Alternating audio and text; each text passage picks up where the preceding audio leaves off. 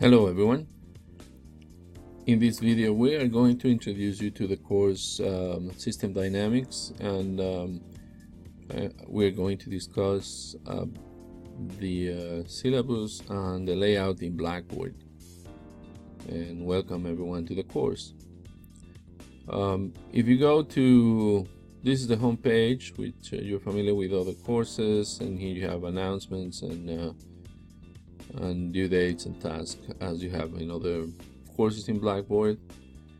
Particularly for this course, if you go to start here, you will find information about me and how to contact me, and the topic about the course, and very succinct course schedule, in which you can see we have 14 units, 14 weeks in the course, and you have reading assignments and for which week the dates corresponds to, and when all the activities for that particular unit are scheduled as due date.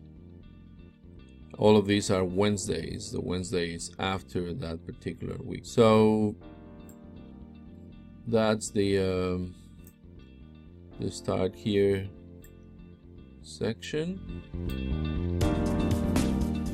If you go to the syllabi, the university is making an effort to uniform the presentation of the syllabus across campus. So you will see that this has changed in Blackboard, and the same information that I have above is mostly here, including some additional material like outcomes and, very importantly, the textbook.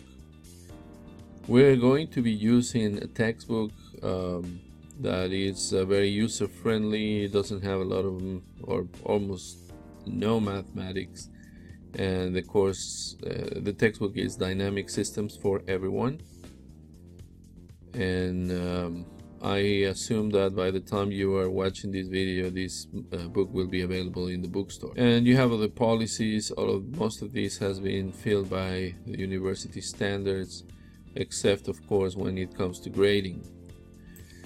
The grading is very conventional. If you get 90% or better, it's an A. Between 80 and 90, it's a B. Between 70 and 80, it's a C. And above 60 and less than 70, it's a D. The others would be F or Q or W, depending on the situation. And this is, of course, graded based on a curve. The maximum total points you can get in the course, you will see in a moment, is 500. But I am going to take the 100% based on that student who will get the most out of this particular semester. So it's in a way a competition for who's going to be the best student. Here I have the same information regarding the 14 units and the topics that we're going to cover, and there is a link to the chapter in the book.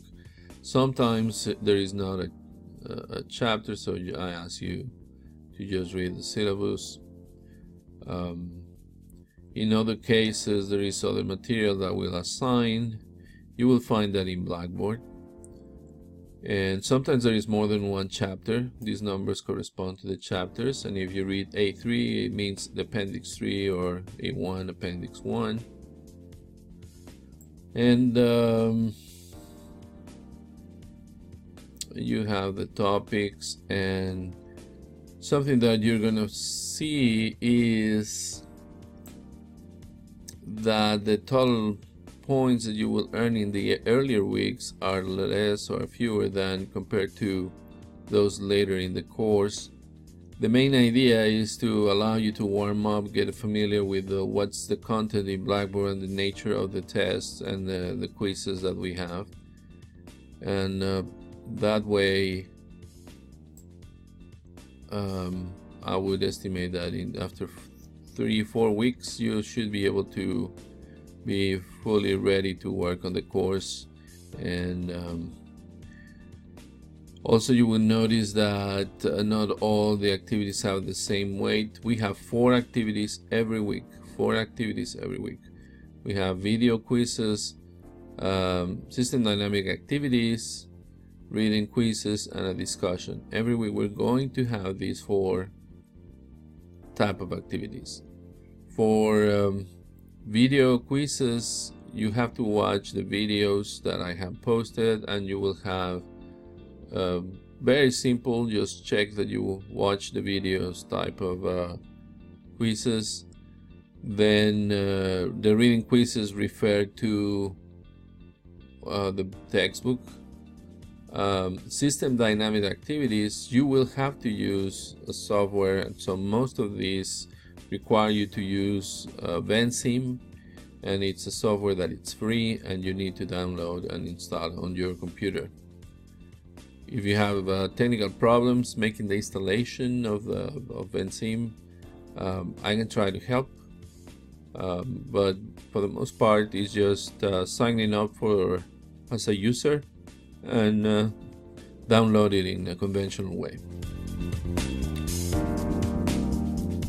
And finally, discussions. And the discussions, you have the possibility to express your ideas and compare notes, and it's important because this way you clarify your ideas or enrich that of others, and we're going to be using discussion as an important learning tool. These due dates are not changeable. If you miss one of the dates, the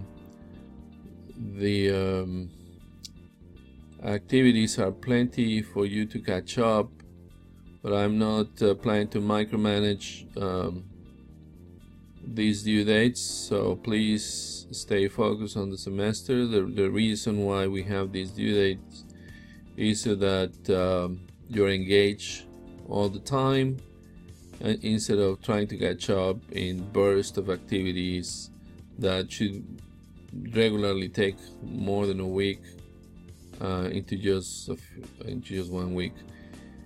Expect to spend a lot of time watching the videos and using the system. This is a full 3 credit hour course, and you should expect to do the equivalent work even though it's an online course. So please devote enough time for these activities and plan ahead. If you think for whatever professional or personal reasons that you are going to be busy in a particular week, you will have to prepare for that by making progress in advance. The links are available for all the course. I am not restricting the access, so you can get ahead if you want on the course. I will be grading personally the discussions and the system dynamic activities on the week that corresponds after the due date. The reading quizzes and the video quizzes are ready to be taken, and they are evaluated by the system. The course content is about systems and dynamics. There are 2 approaches to system dynamics. One is a reductionist approach, more from a mechanical engineering perspective, or the EE perspective. We are going to discuss briefly about that, but mostly the tools that we are going to be using and the methodologies and an approach, it would be a holistic approach instead of a reductionistic approach. What do I mean by holistic? It means that we're trying to see the big picture as an integrated way to understand our reality. So that's how you're going to experience this in Blackboard. More to the point, if you go to content, the first folder you will see is resources, and I have a folder for where I'm going to upload some models in that you will be able to read in Bensim. And for the reading material, that is, some of it is already there as PDF files. Some of them are just useful material like Bensim user manual.